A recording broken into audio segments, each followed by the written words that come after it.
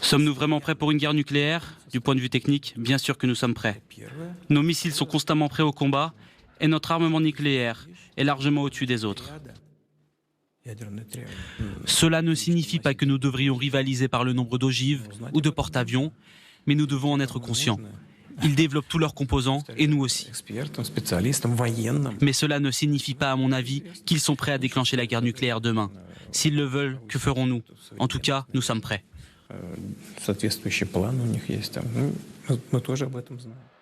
Alors, qu'est-ce que tout cela veut dire? On va essayer de le décrypter, évidemment, en compagnie de Sylvie Berman, ancienne ambassadrice de France en Russie. Bonjour Sylvie, ravie de vous retrouver. Vous êtes évidemment la bienvenue. Pascal Boniface, directeur fondateur de l'IRIS, 50 idées reçues sur l'état du monde en 2024, aux éditions Armand Collin. Vous êtes le bienvenu comme à chaque fois. Bonjour Nicolas Tenzer. Bonjour. Vous êtes enseignant à Sciences Po, auteur du blog de politique internationale Tenzer Stratégie et Notre guerre, le crime et l'oubli pour une pensée stratégique, publié à l'Observatoire. Renaud Pilat, qui est éditorialiste politique sur LCI. Bonjour à vous, mon cher Renaud.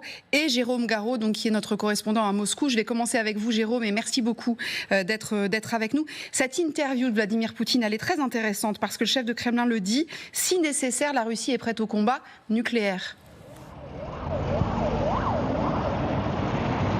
Oui, vous savez, à Moscou, nous, ça fait quand même plusieurs mois qu'on n'entendait plus parler de cette menace nucléaire qui était brandie assez souvent, par exemple, au tout début de la guerre. Et là, on va dire depuis fin février, depuis 2-3 semaines à peu près, on voit par exemple Vladimir Poutine qui vole à bord d'un bombardier supersonique capable d'emporter la bombe, donc avec une allusion limpide. Et pour ceux qui n'auraient pas compris, dans la foulée, Vladimir Poutine avait annoncé que la Russie avait modernisé, mis à jour ses armes nucléaires.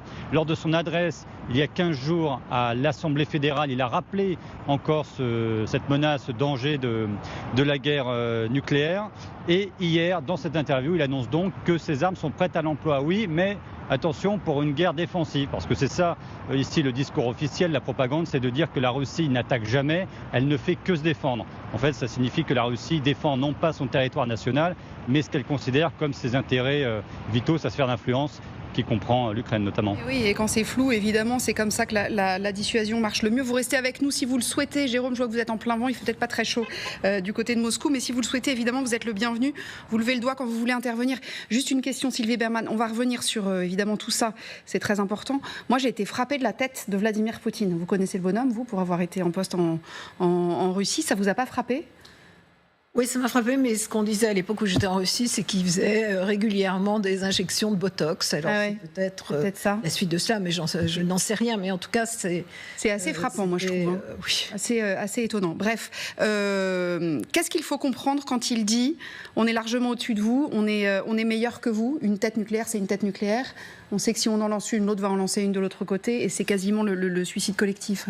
Oui, de toute façon, ça s'appelle la dissuasion, mais ça fait très longtemps que Vladimir Poutine se vante d'avoir des armes supérieures aux autres, en particulier les Américains. Moi, je l'ai entendu dire en 2018, en disant « Nous sommes plus avancés que les Américains, je sais où ils en sont », mais il avait fait une démonstration de force à cette époque-là, avec les missiles hypersoniques, en particulier Avant-Garde, puisque c'est de cela qu'il parle, et également, je pense qu'il répond plus ou moins à un livre d'un journaliste américain qui disait que la Russie avait envisagé d'utiliser des armes nucléaires du champ de bataille, les fameuses armes nucléaires tactiques, et il dément cela en disant mais pourquoi on l'utiliserait? Notre doctrine est bien claire, c'est uniquement en cas de menace de nos intérêts vitaux, et ça n'est pas intervenu. Mais il répond à un journaliste qui dit en fait ce sont ses alliés qui l'ont dissuadé. En gros, les Chinois absolument. Qui l'ont dit doucement. C'est vrai qu'à ce moment-là, les Américains sont intervenus en menaçant de détruire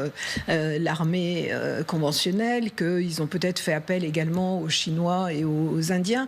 Mais je trouve qu'il répond aussi un peu indirectement à cela en disant on n'a jamais envisagé de le faire, en tout cas depuis le début de cette opération. Mais là aussi, dès le début, qu'est-ce qu'il a dit? Il a dit je mets en situation d'alerte. Oui, c'est ça. Et les Américains avaient répondu à ce moment-là qu'il n'y avait aucune indication de mouvement à cet égard, puisque les Américains surveillent ça effectivement de très près. Mais ça fait partie de la dissuasion. C'est ça. Mais d'un point de vue technique, Nicolas Tenzer, quand il dit techniquement, oui, on est prêt, ça veut dire quoi? C'est armé, il n'y a plus qu'à appuyer sur le bouton? C'est pas ça. Oui, alors bien sûr. Alors, encore une fois, c'est quelque chose qui est d'abord une menace très ancienne, dont Poutine use depuis toujours pour nous dissuader. Et je pense qu'il faut faire vraiment très attention, parce que le discours de la peur est d'une certaine manière le meilleur discours des propagandistes qui se diffusent aussi en Occident. Voilà. Et je crois qu'il faut faire attention de ne pas acheter ce discours. Maintenant, effectivement, sur le plan technique, bien sûr, il y a une capacité pour la Russie de lancer une bombe nucléaire, de même que d'ailleurs du côté américain ou du côté français ou du côté chinois ou du côté indien. Ça, c'est tout à fait évident et bien sûr démontré. Derrière, vous avez une chaîne de commandement. Une chaîne de commandement, il y a 3 personnes qui doivent bien sûr être impliquées, c'est-à-dire non seulement Poutine lui-même, mais également Shoigu, le ministre de la Défense, Gerasimov, le chef d'état-major des armées, plus derrière, évidemment, un certain nombre de personnes qui doivent relayer les ordres. Ce que l'on ne sait pas, évidemment, et ça c'est l'inconnu, c'est est-ce que cette chaîne de commandement fonctionnerait véritablement. Mais bien sûr, c'est un risque, c'est un danger.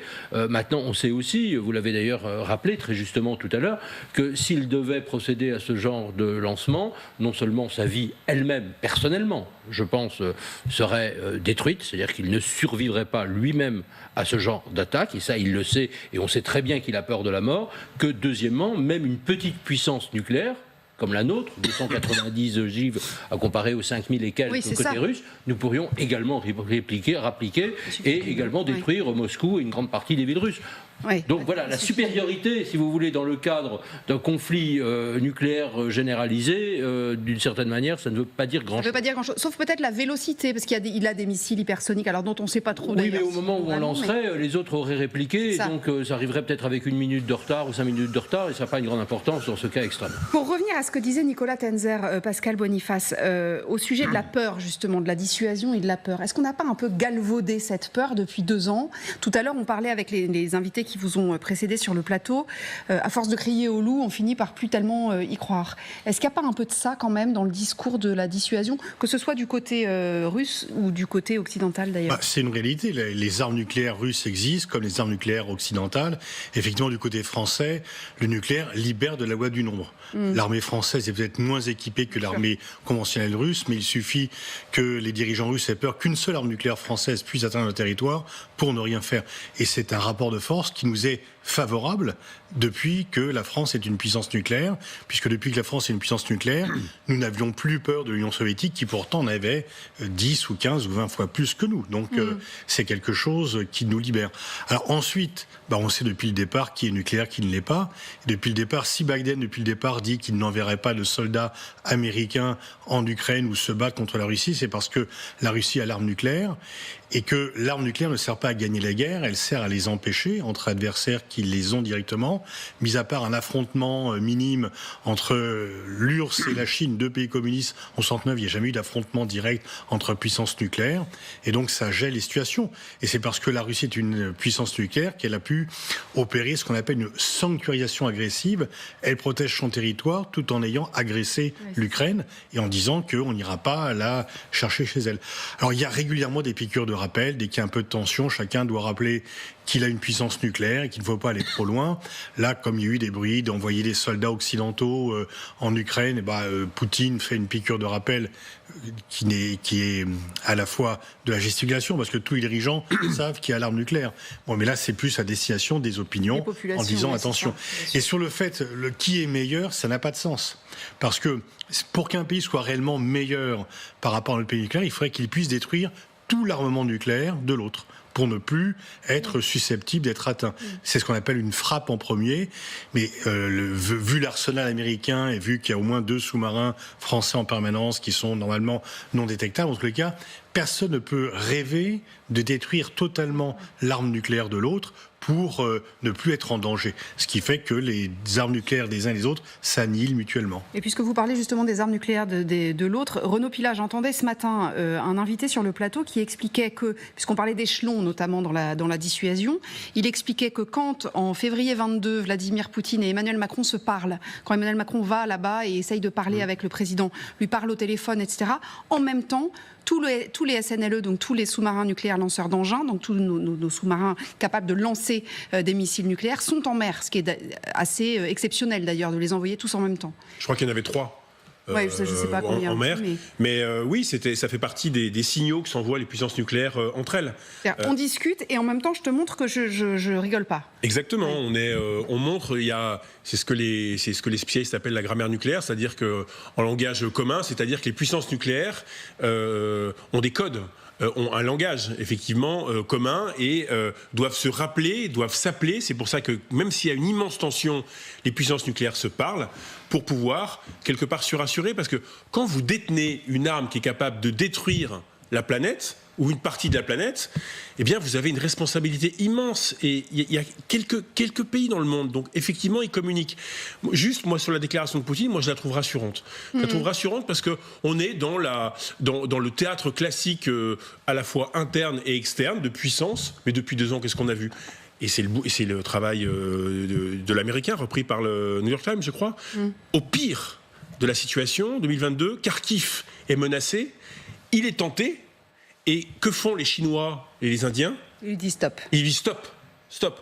Et il ne le fait pas. Alors, on a, je trouve, un équilibre de la dissuasion nucléaire qui, pour l'instant, fonctionne. Moi, je dors sur mes 2 oreilles. J'ai peut-être tort, mais je dors sur mes 2 oreilles. Il semble moins va-t-en-guerre, même dans son attitude corporelle, qu'il ne l'a été. Tout à fait. Il a l'air d'être assez réfléchi, serein. Il n'est pas agressif, je trouve. Après, il faut peut-être se méfier de Lockheed Martin. Mais il y a eu un temps, effectivement, où on se disait attention à la bête traquée, la bête blessée, etc. On voyait le visage agressif. Là, je trouve qu'il rappelle les règles. Il dit nous sommes prêts. Et puis, c'est exactement ce que nous, on dit sur les plateaux.